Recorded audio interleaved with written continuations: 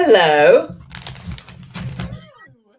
My hair's doing its own thing this morning. Um, but hey ho and stuff. Yeah, It's like I'm not having the best hair day. I'm not gonna lie. no, it's Not just sure like what's going on. I don't know what's going on. But I'm hoping that you guys can hear us. Let's just see. Let's just see where we are Tell with. us in the comments. Can you hear us? Yeah, can you hear us? Can you hear me? Um, yeah, can you hear us and stuff? So I to me, Naomi sounds faint, but I can still hear her, which is why we're carrying on the conversation. Rochelle is enjoying herself in Belfast. Ah, She is. And we didn't get into we're gonna move the recording into our YouTube later. Um just because it took a while for her to get back to us, but that's okay. That's okay. technology, Technology, hair, the joys of noise. and now I'm trying to figure out what there we go. Oh, Is it's that it? Is that how many windows can we have open? probably a fair few. Oh my goodness. Right. How are you? Oh, do you want the real answer? I want the real answer. It's beyond the business. I always say to my clients when they come on a one-to-one, I go, "How are you?" And they go, "I'm good." And I'm like, "And what's the real answer?" Yeah. I am great, but I am also like at capacity. Like Yeah. there's no more space in this brain at the moment. Says the woman who needed space at the beginning of the year. She was like, space. We need to create space. You're at capacity. They're all in good things, though. How is your radio show going? I wanted to talk about it last week, and after we finished, I was like, we didn't talk about the radio show. How's it going? It is filling me with joy. Oh, It is absolutely. I never thought. I mean, obviously, you don't go and accept something if you don't think you're going to love to do it. yeah. Um, but the producing stuff is hard. I mean, I'm doing all of it: the buttons, the fading, the introducing the news, the weather, the Oh you my know, for a god. 51-year-old spicy brain, that's quite a lot to learn. But it's show number 3 today, and I'm absolutely loving it. The listeners that are messaging in, dialing in, Oh, requests, different things. It is absolutely crazy. Oh, look, who? LinkedIn user Naomi sounds isn't very clear. yeah. It's not. Thank you so much, LinkedIn user. Thank you, LinkedIn user, whoever you are. W- Yes, whoever you are, we needed to know that. Yeah, that's very odd, isn't it? I have no. It's No, I can't do a test, and I've just come off a Zoom call, and it's been absolutely fine. that's so weird. So So thank you so much for that. That means a hold lot. on, hold on, hold on.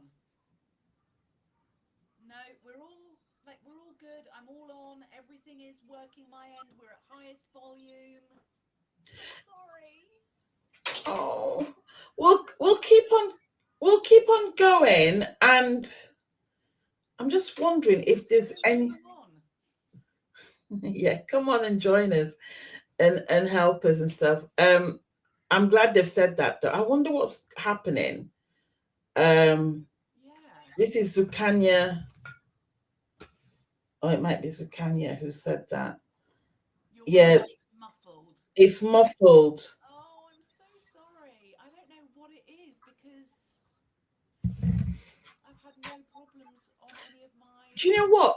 One thing that I will say, I mean, we're also honest on here. So I do know that we've done a couple of times where you've had to make a change. me. Yeah, it's not happened for a long time. And I'm just wondering if, or is something plugged in that shouldn't be? I know you've just put the microphone in. Everything's as it is. I literally got off a Zoom call 15 minutes before this, and it was perfect and no problems hearing me at all. Hang on, I'm going to listen to Yeah, this. Let's see. see how bad it is. That's where you've had to make a change. Me? Yeah, it's not happened for a long time. And I'm just wondering if, or is something plugged in that shouldn't be? I know just put the microphone in. Everything's as it is.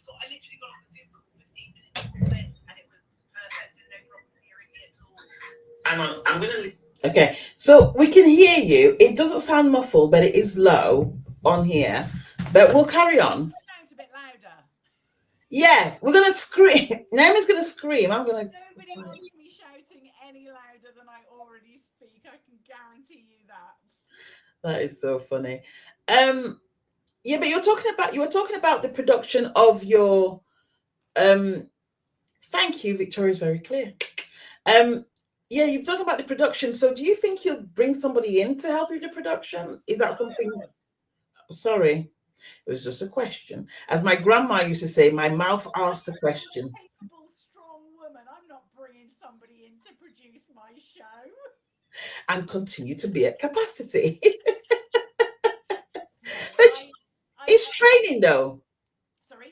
It's training, right? You're training yourself. It's just like, it's funny because I had a call with one of my clients yesterday, and she said, "Oh, Naomi, the problem is I'm an all or nothing person." I said, "No, you're not. You're not an all. Nobody is born an all or nothing person. 100%. You have created the behaviors Yeah. of somebody who chooses all or nothing. Or nothing. Exactly what I was. I was all or nothing.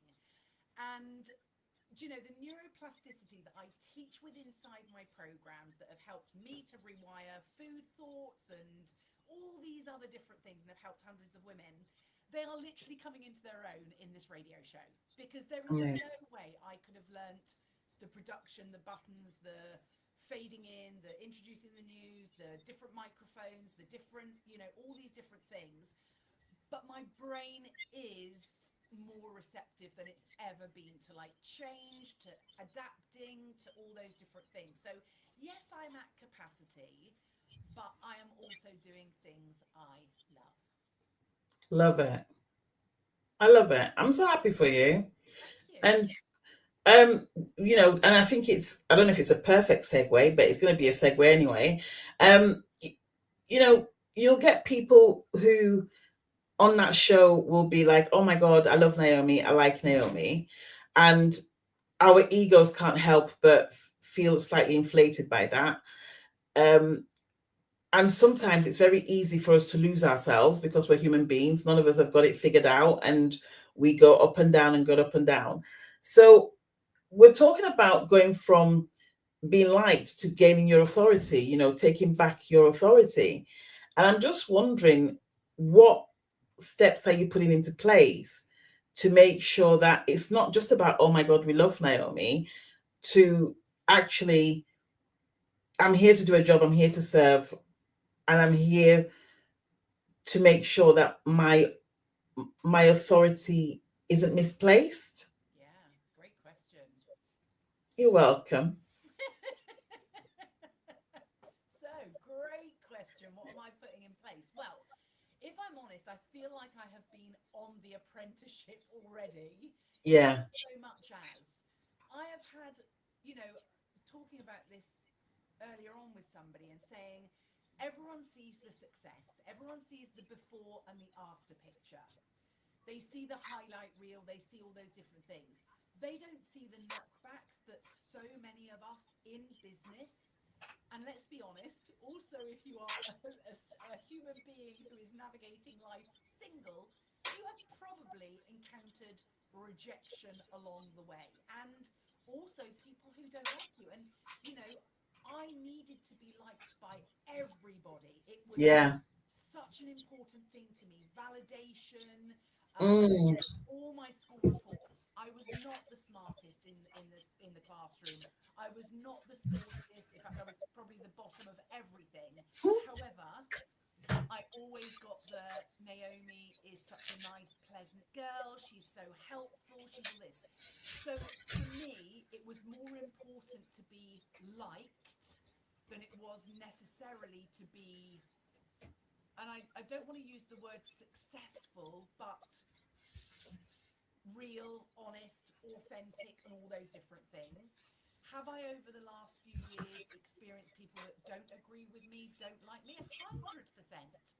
And I think I've coped with that, managed that, welcomed it, not being bothered by it, And that now has stood me in really good stead for this. Because you're absolutely right. There will be people, I know this, there will be people that, whilst there are people messaging in and saying, oh my God, loving the show, loving the tunes, loving what you're chatting about, there will equally be people that are tuning out, tuning off, Oh yeah. and that will probably send me messages at some point that are probably quite hurtful and everything else.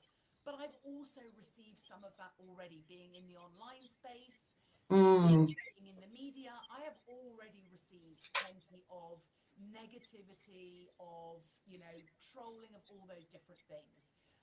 So I feel like I am the best trained that I've ever been to kind of navigate this. I love that answer. Thank you so much for answering that. Because that just came to me. But it's really interesting. As you were speaking, I was trying to figure out what my relationship to around being liked is versus authority. And I think I was brought up, I think I was brought up in a space where criticism was part of the menu. So so I was very, so I never, it wasn't that I needed to be liked, it was that I didn't want to offend.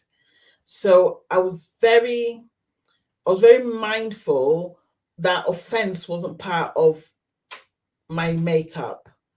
um you always know that when you move away, when you try and move away from something, that's what you create. I mean, I don't think I'm generally offensive, but I am quite outspoken and I know what I want, as you gathered from when we spent the day together the other day and stuff. But also what I realized, that the more I went into business, especially, I went from not wanting to offend to not wanting to confuse. Okay.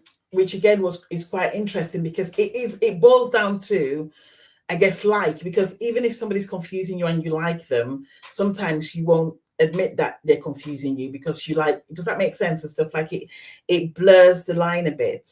Um and I don't know when it happened, but it was a few years ago now, probably about 4 years ago.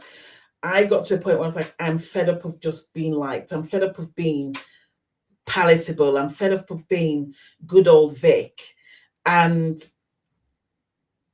I don't know if, I mean, I still don't believe I offend, but then again, people, I could be offending and people just ignore it or not say anything. But at the moment, I'm in a space of being really not controversial, but very disobedient. So I'm not going with the flow. Like there are a number of things in my life at the moment where I'm going, I don't want that. I don't want that. I don't want that. And I started the year off actually making some really key decisions. Going, I don't want that. I want to be out of that. I want to be out of that. And it's continuing, and it's quite interesting to watch. So I think that our being almost at some point goes, here's your come to Jesus moment. Like you can't pretend, or not pretend, but you can't suppress for too long, you know. And we sort of talked about this a little bit last week, didn't we? And sort of said, you know, actually, is this just because we get to this stage in perimenopause and menopause where we are just so tired of performing to other people's demands of us, standards of us, Yeah. that actually we kind of get to a point and we go, do you know what? I don't care whether you like me or not, because actually it's more important for me. And I do very much feel like this now. Don't get me wrong, I don't intentionally go out of my way to hurt, upset, or offend anyone. However, I'm pretty sure I probably do on a day-to-day basis, because I am not complying anymore to the nice girl, you know, scenario that I was brought up in. You know, you said there about being brought up in that not wishing to offend. I was brought up in the household of, you know, we be quiet, and we, you know, we don't, you know, we don't necessarily speak our thoughts. We don't say those things. We kind of keep that to ourselves. We comply. We, you know, we fit. We do all those things. And truth be told, this last few years, I'm tired of doing that. I won't. Sounds like the royal family. I think I am the black sheep. It's like, what's it called? It's like never complain, never explain, or Never something like that. complain, never explain. Yeah. And look, if you Yeah. think about that, wartime monarchy. Yeah. That was actually the Queen's kind of speak. Her slogan, wasn't it? Never complain, never explain. My dad will be 93 tomorrow, so he was only a year younger, I think, than the Queen. Wow. And that was very much kind of our upbringing of, never complain, never explain, children are to be seen, not heard, all that sort of thing. And you use the word suppress. Mm. That is, so many women, they feel that they have been suppressed for so many years in so many different regards. Yeah. That actually there's almost like a little inner rebellion. You know what? Who cares if people don't like me anymore, as long as I like myself? And yeah. Here's the irony: everybody freaking liked me except for me. I love that. So I love that. And now I'm sure there are plenty of people who yeah. like me. I don't like you, but you love yourself. Love me. I'm like, I am the most lovable version of me that has ever walked the planet. Yeah. And I think that, how does the saying go? You can't make all the people happy all the time. No. Sorry, go on. No, and I was just going to say, I think as long as you are not intentionally, and it's almost taken us off the subject, but I don't think it has, because the subject is such, being liked and like you say, kind of authority. It does come back to conditioning, belief, programming, being, shrinking into boxes that we put into.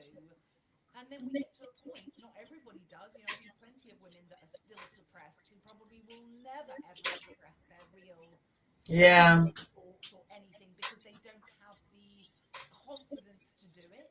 Yeah. They're also scared of the repercussions. Yeah.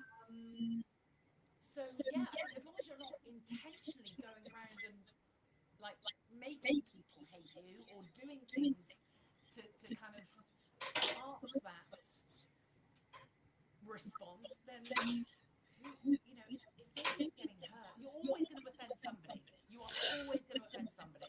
Yeah, not everybody's going to like you. And here's the thing: I don't even know if when people say they like you or they claim to like you, I don't believe that that's necessarily the truth. And I'm not saying that they're lying. What I'm saying is, it's very easy for me to like you if you say what I want you to say and do what I want you to do and behave in the way that I like. It's very easy for me to like you. And that's why true friendship comes from having someone who thinks very differently to you, and you still agree to respectfully disagree and still be friends, because that like is more a palatable like as opposed to a genuine like. We see it in the press, right? It's like they'll build somebody up and then bring somebody back down, and it's like you're going for somebody who's maybe becoming famous, and you're like, oh my god, that's amazing, and then you get to the top and you're making all the money, and then they bring you back down again because they don't like you anymore, because you've got too big for your boots, because you're not doing the same things that you did when you weren't a millionaire and stuff. Like, how dare you get on a yacht, for example, and stuff. And it's quite interesting how that palatability varies. And I think if we can just understand that, we can then tap into our authority more. Because for me, I'm all about authority. I don't care. What I've realized in my life is, I've always known this, but I'm bloody good at what I do. But I've always wanted to do it in a very palatable way, and I don't know why. And now I just don't give a toss. Like, I literally don't give a toss. Like, it literally boils down to this: do you want to get better? Do you want to transform your life? Do you want to be on purpose so that you can create the results you want to create? Do you want to create fast results? If that's it, come and speak to me. If not, that's okay. We can be friends, distant friends. We can be acquaintances. There's just nothing that I will allow to blur that vision. And I promise you, when you do the sort of work that I do, it's very easy for for external factors to make things blurry and confusing. And this is where my discernment comes in, like, and for me discernment is part of the authority, because I work against the grain all the time, because I'm being told one thing and I'm going to go do that, like, and I keep on getting told that thing because of the work I do. You get told one thing and I go, but that is what aligns. And I'm prepared to make the mistake again, which comes with authority, because with authority you're prepared to take the risk, like your talk show. It's like you're choosing a slot within the radio station, and if whatever goes well goes to you, whatever doesn't go well goes to you, and taking that ownership, for me, that's claiming authority. Yeah, 100%. And you just said there about risk taking, and I think that's a really, really key thing. I was only thinking about that actually in the gym this morning as I went to failure multiple times. And I love this, that in the gym, failure is actually celebrated. Yes. If you aren't a failure, you haven't worked hard enough. Yes. And this morning, I think I went to failure 3 different times with my trainer. And it's so funny how that's so celebrated, and yet we fear failure in business, in Yeah. relationships, in all different walks of life, and how actually that risk taking is such a key part of it all. God, I look at the risks that I've taken over this last, even I was going to say like 3 years. I think about like taking my first expedition out to the French Alps, out to Mont Blanc. What a failure that was. In terms of succeeding or failing. Yeah.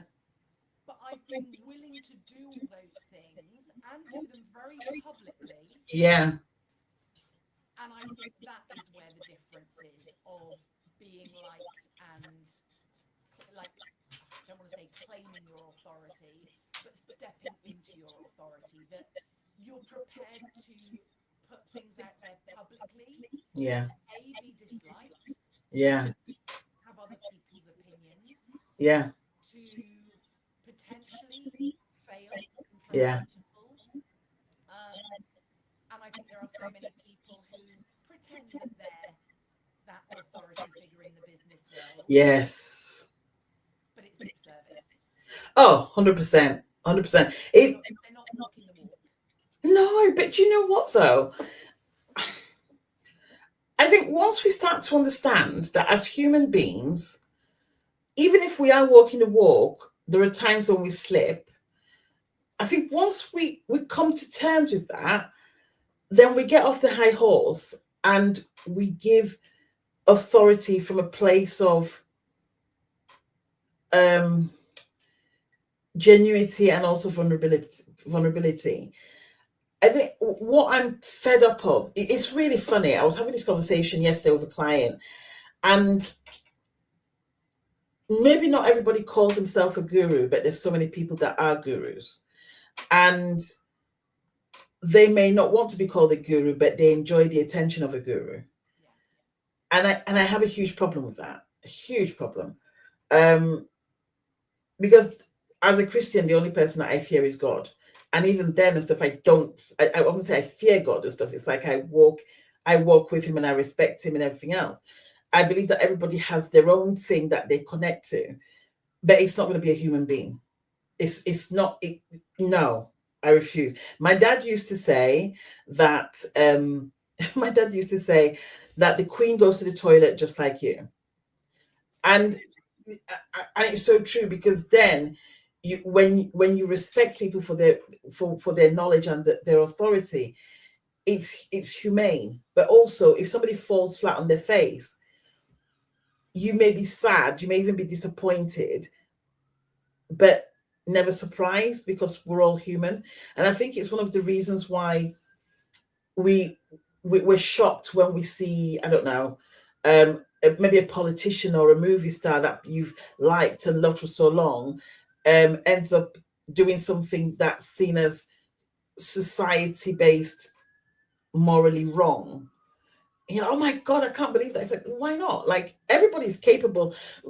we're all capable of the worst possible things you can possibly imagine, but we're also capable of the best capable things. Like if somebody says, I would never do that, it's a choice. We can all do all the things that we read about and that we're mortified by. And again, I think having authority comes from a place of going, when you say I'm just like you, mean it. Like we're all the same. We've got all the same attributes and everything else and stuff. Now you may be able to run faster than me, but I can still run. Does that make sense and stuff? But we've all got a capability of something, and I feel like the need to be liked is a learned trait. Oh yeah, definitely. Based on a lot of trauma, and like not wanting to be told off, not wanting to be ganged upon, not wanting to be visible. Like there's so many reasons why we want to be liked, and like some people just want to be liked so that they can just keep quiet and just hide behind all the noise that's going on and what have you. And actually stepping into who you truly are, I believe, is the first key to your freedom. Oh yes, I am with you on that one. I love that one. I love that. I was just thinking, because there's only two of us and stuff, it's like it might not be a long conversation, but have you got anything that you want to top on this? Any guidance that you want to provide? Any of your wisdom?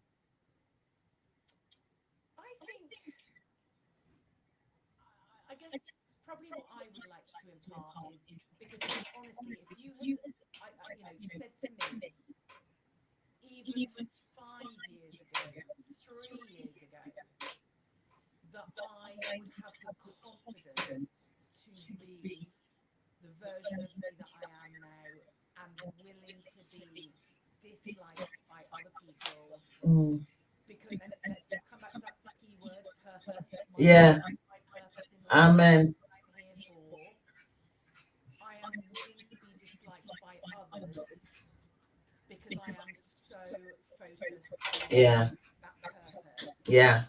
But I think even like for maybe anybody who's watching and thinking, oh my God, like how do you ever get to that point where you stop caring about what other people think and you're willing to be disliked? And like everything, it isn't one big transformation. It is a thousand, if not a million. And a million decisions each day of doing something that takes you forward to that place. So, it doesn't happen overnight. It's not a switch. And that's what I want to say is that if there's anybody watching and thinking, God, I just want to get to that point, it doesn't happen overnight. It's steps, it's stages, it's decisions that you make that all have that compound effect over time. And there, ladies and gentlemen, that's authority. Enjoy your recordings this afternoon and your producing. Yeah. It's always lovely to see you. We'll see you next week. And I think Rochelle's back. And hopefully I will be back clearer. Clearer, yes. We will sort that out. We'll sort that out. Yeah. Okay, everybody. Speak to you soon. Take care. Bye. Bye.